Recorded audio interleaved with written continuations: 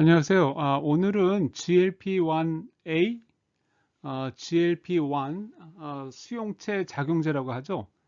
처음에 이 약은 제2형 당뇨병 치료제로 나왔다가 이 약의 그 부수적인 역할, 체중 감소에 효과가 좋다는 것을 알고 지금은 또 용량을 다시 해서 체중 조절을 위한 처방으로다가 받을 수 있는 약으로도 나오고 있습니다. 그 우리가 잘 알고 있는 오젬빅이라든지 위고비 이런 것들이 GLP-1A에 속하는 그런 약이라고 할 수 있습니다.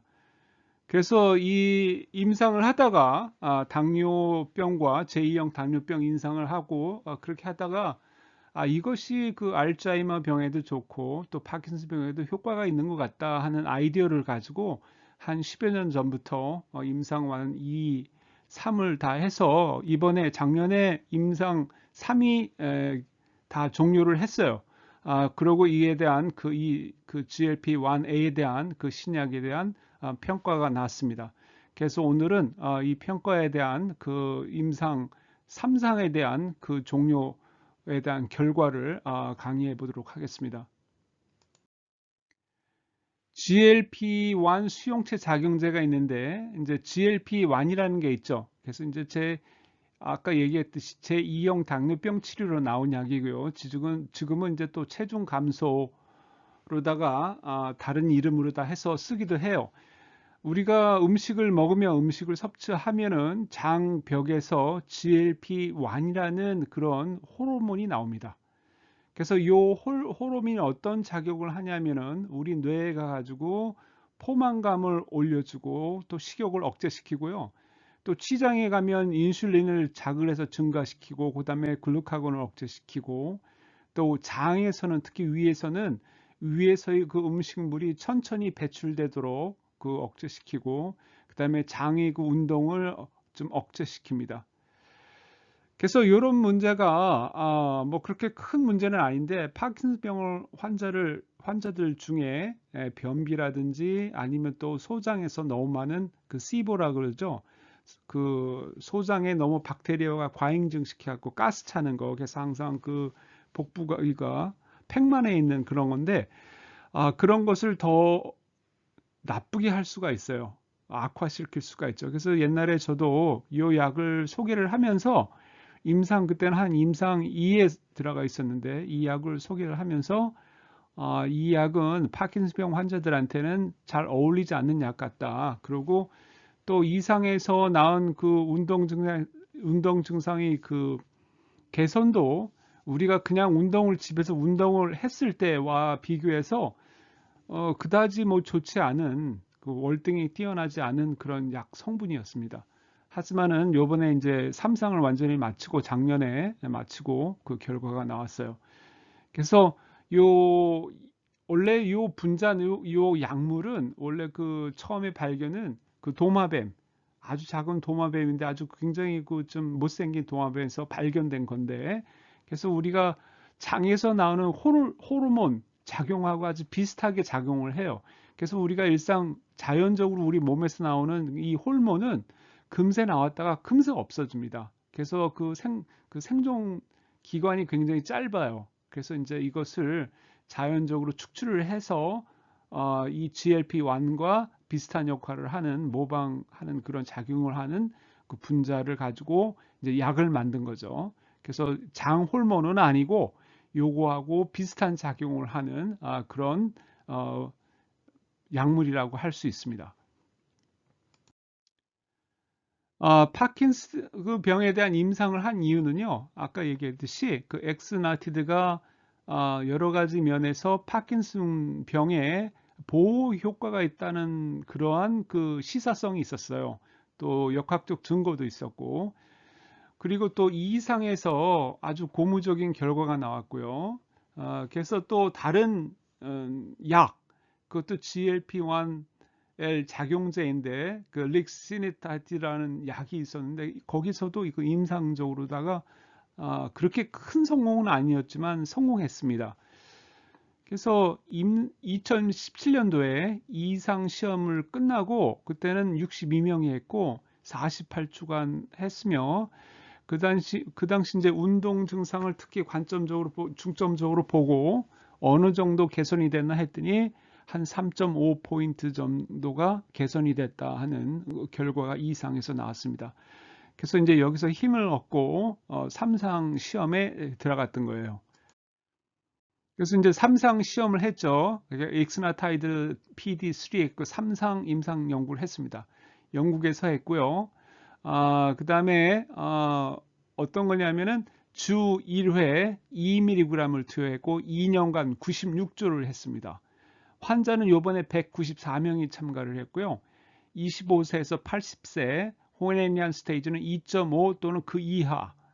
그래서 이 약은 그 disease modifying treatment에 속하는 약이에요. 그냥 증상을 치료해 주는 게 아니고 그 파킨슨 병의 진행 과정을 서서히 천천히 하게끔 만드는 그 disease modifying treatment에 속합니다. 그래서 지금도 그 타입 2 당뇨병 치료제로 약이 시중에 판매되고 있고요. 아까 얘기했듯이 오젬빅이라든지 위고비 같은 그런 체중 감소를 위한 또 약도 시판이 되고 있어요. 그렇지만 이제 투여하는 용량이 다릅니다. 그래서 파킨슨병이 진행을 감소시킬 가능성이 있다 그래가지고 2020년부터 시작을 해서 2023년 7월에 임상 3을 종료를 했습니다.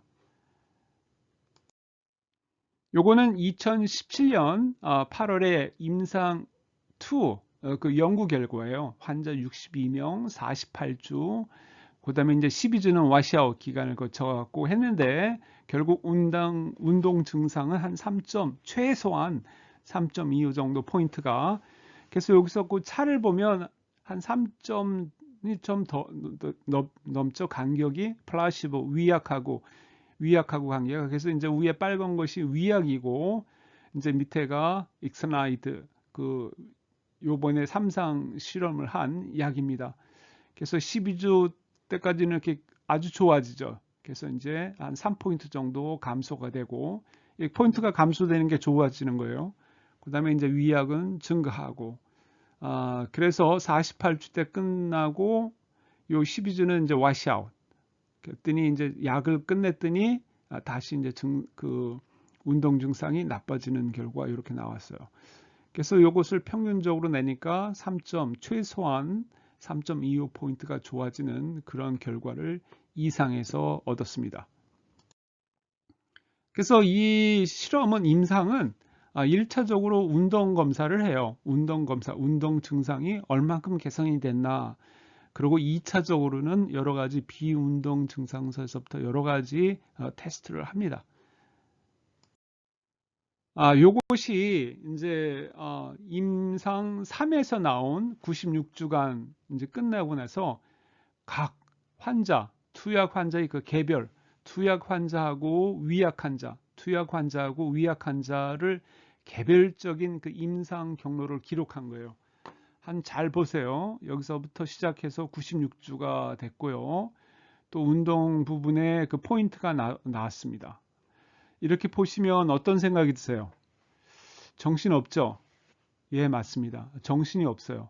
그래서 이 상태에서는 도저히 어떤 결과를 얻어낼 수 없는 결과가 나왔어요. 그래서 이제 좋지 않은 결과죠.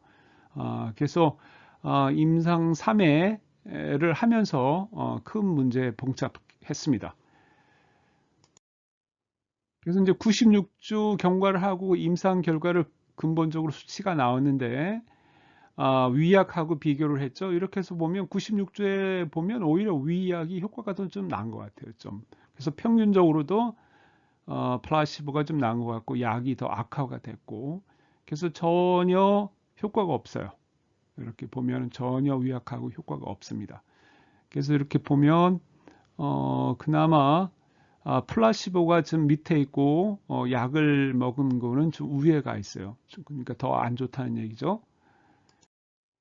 다른 거를 봤을 때도 다른 그 운동 증상 말고도 다른 비운동 증상 여러 가지를 체크업했는데도 결과적으로 좋은 게 하나도 없습니다.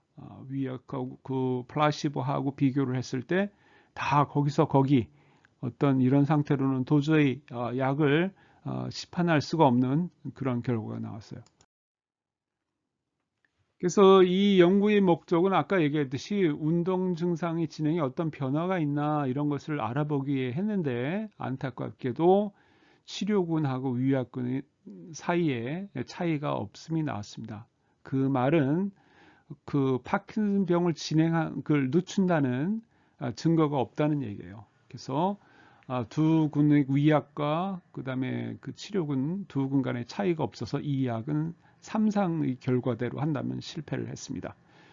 그래서 이거를 제가 소개하는 이유는요. 우리가 동물 실험에서 처음에 이제 그 연구소에서 아니면 대학 연구소나 일반 사설 연구소에서 그 퇴행성 뇌질환에 대해서 여러 가지 그 약물들을 많이 연구들을 하시고 계세요. 그래서 아주 굉장히 좋은 그 연구실에서 효과가 좋은 어떤 분자 구조를 발견을 했어도 그것이 동물 시험에 거쳐서 동물 실험에서도 아주 좋은 효과가 났는데, 결국 사람한테 이렇게 임상을 하다 보면 또 동물 실험과 다르게 나쁜 결과가 나올 수 있고요. 또 1상하고 2상에서는 굉장히 좋은 결과가 나왔지만 3상에 가서는 이렇게 도저히 이해할 수 없는 결과가 나올 수도 있다는 걸 말씀드리기 위해서 제가 오늘 강의를 하고 있는 겁니다. 약을 하나를 개발을 하는데 그 약의 그 잠재성, 그 분자 구조물 같은 거를 찾아내는데 보통 3에서 5년이 걸리고요. 그것이 이 약이 이 분자 구조가 어떤 파킨슨병에 효과가 있을 것 같다 해서 동물 실험도 하고, 또 동물 실험이 끝난 다음에 임상에 들어가고 이렇게 하다 보면 거의 그 15년이 훌쩍 간다고 하고요. US 달러로도 한 1억 달러 정도가 돈이 소요가 된다고 합니다. 그래서 약 하나를 개발하는데 굉장히 많은 돈이 들어가고 또 오랜 시간이 걸려요. 그래서 그런 결과를 다 끝내고 나야 FDA에서 승인을 받습니다. 그래서 만약에 내가 60대 이제 파킨슨병을 진단을 받고 10년간을 투병생활을 했어요. 그래서 뉴스를 보다 보니까 어느 대학 연구단체에서 굉장히 파킨슨병에 효과적인 어떤 분자 구조를 발견을 했다. 이렇게 하면 그 연구소에서 발견된 겁니다. 그것이 이제 임상이 다 끝나고 승인이 되고 내가 손에 들어와서 내가 그 약을 그 먹어볼 수 있는 투약할 수 있는 그런 시간까지는 보통 15년 정도가 걸려요. 성공을 했을 경우에. 그렇게 되다 보면 70에서 그런 게 나왔는데 내가 약을 먹게 되는 경우에는 85세입니다. 그렇게 보면은 우리가 지금 대한민국이나 미국이나 남자들이 평균 연령이 있고 여성의 평균 연령이 있습니다. 보통 84살로 하면은 막연히 새로운 약을 기다리는 것보다는 물론 기다리는 그런 희망이 있으면 좋죠. 그렇지만 그렇게 막연히 신약을 기다리는 것보다도 어떠한 아주 강력한 증거가 있어도 그 반드시 거쳐야 하는 과정이 있는데 그 과정이 아무리 빨라도 미니멈 10년이라는 얘기예요. 또 길게는 15년 이상 걸릴 수도 있고. 그래서 중요한 것은 지금 가지고 있는 약, 지금 1967년서부터 쓰고 있는 그 레보도파만큼 좋은 또 증상 치료제가 없습니다. 그래서 그런 약을 다른 또 약들하고 잘 칵테일 해가지고 또 주치의 선생님들이 각 환자들마다 잘 맞게끔 항상 조절을 해줘요. 그것은 이제 주치의 선생님이 하는 거고, 그것을 의사들인 한 반까지, 한 60%까지 도움을 준다면은 나머지 40에서 50%는 환자 자신이 하는 거예요. 거기에서 어떤 환자는 1기와 2기에서 15년, 20년까지 갈 수 있는 거고, 어떤 환자는 4년이면 벌써 3기까지 들어갈 수 있는 거고, 그것은 분명하게 환자 본인의 의지에 딸려 있습니다. 그래서 이렇게 이제 오늘 안 좋은 소식인데 이것도 이렇게 이제 강의를 하는 것도 이렇게 2상까지는 다 좋았는데 3상에서 이렇게 실패하는 경우도 있다. 그래서 이제 많이 연구를 했어요. 왜 삼상에서 실패를 했지? 도대체 뭐 어떤 것이 문제가 있을까? 그래서 조사를 했더니 하나를 발견했는데 이 약물이 뇌 안으로 침투하는 게 겨우 한 2%밖에 침투가 안 된답니다. 그래서 약물이 얼만큼 많이 들어가는지 적게 들어가는지, 그래서 그 약물이 많이 들어갈수록 환자의 임상 시험 결과가 좋다는 것을 알게 됐어요. 그래서 그 약물하고 또 뇌 안에서 인슐린 저항성하고 어떤 인과관계가 있다는 것을 이번에 알게 됐습니다. 그래서 이제 실패는 했지만 임상 3을 하면서 이런 것도 알아내서 다음에 기회가 되고 아니면 이 GLP-1A를 이 분자 구조를 그 뇌 안으로 좀 집어넣어 보낼 수 있는 어떤 다른 약물, 보조 약물이 함께 개발이 된다면 다시 한번 임상을 할 수 있는 그런 기회가 있을 겁니다. 그래서 결국에는 운동 증상이 악화되는 것을 방지하지 못했고요. 또 비운동 증상에도 영향이 없었고, 그 다음에 그 클리니컬 이미지 영상에도 위약군과 비교했을 때 아무 변화가 없었어요. 단지 그 임상에 참가한 그 환자 분들이 투약을 받으신 분들이 평균 2.6kg의 체중 감소, 한 5파운드 이상의 체중 감소를 봤고요. 또 위약군은 한 1파운드 정도의 체중 감소를 봤습니다. 하지만 아까도 얘기했지만 어떤 환자, 또 같은 사람이라고 해도 좀 약이 좀 더 많이 그 뇌 안으로 들어가는 사람들, 뭐 정확하게는 모르지만 어떤 환자는 또 효과가 굉장히 좋았어요. 그래서 이런 거에 대해서는 좀 더 많은 연구가 필요해야 되지 않겠나 하는 것들입니다. 부작용도 있어요. 그래서 아까 얘기했듯이 위장관 부작용, 메스꺼움, 구토, 식욕부진, 설사, 당연히 식욕부진이 있겠죠. 그 약이 식욕부진을 만들게 하는 거니까. 그 다음에 당연히 소화관계 이상이 있고요. 구토, 메스꺼움 이런 것들이 있습니다. 이런 거는 꼭 파킨슨병 환자가 아니고요. 체중 감소를 위해서 이 약을 오잔빅이나 위고비를 먹는 사람들이 늘 하는 이제 컴플레인이 뭐냐면 메스꺼움도 있고 구토, 식욕부진, 설사 이런 것을 부작용으로 내세웁니다. 그래서 심하면은 그 체중 감소를 하기 위해서 이것을 이제 주사를 놓는데 중간에서 기부업, 포기를 해요. 너무 부작용이 심해서. 그리고 바로 또 그 약을 이제 스탑을 하면 바로 또 살이 찝니다. 그다음에 이제 주사 부위의 통증 이런 것들이 있고요. 그다음에 이제 이제 위장관 증상은 다른 큰 부작용 어떤 그런 거는 없었어요. 그래서 이제 췌장염증에 대한 또 우려도 있었고요. 왜 그러냐면 그 인슐린을 자극해서 더 많이 나오게 하니까. 그래서 이런 부작용이 있는데 그래도 가장 큰 부작용은 위장관에서 생기는 부작용이었고, 이 위장관에서 생기는 부작용은 특히 파킨슨병을 앓고 계신 환자분들한테는 더 좋지 않은 것입니다. 그래서 이 임상을 하면서도 자꾸 제가 뭐 한 2년 전에도 이 약을 주시를 했는데 그 위장관에서 생기는 부작용에 대한 것을 강조를 안 하더라고요. 이 회사에서는 이제 빨리 그 임상을 마치고 시판하려는 그런 욕심 때문에 어떤 그 영리 그 사역 때문에 그 위장관 부작용을 큰 강조를 안 하는데 이번에는 이제 이런 위장관에 대한 부작용이 많다는 것을 얘기했습니다. 왜? 약이 실패하고 나서부터. 그래서 오늘은 여기까지요. 그래서 제가 요것을 아까 또 얘기를 했지만 오늘 강의를 제가 소개시켜 드린 것은 약을 개발하는데 그렇게 쉽지 않고 또 우리가 뉴스를 보면서 각 연구소에서 이런 것이 발견됐고 저런 것이 발견됐고 하는 말들이 많은데 전부 승인이 된 것은 없습니다. 임상에 들어간 것조차도 없어요. 어떤 임상을 준비하는 것도 그렇게 많지가 않아요.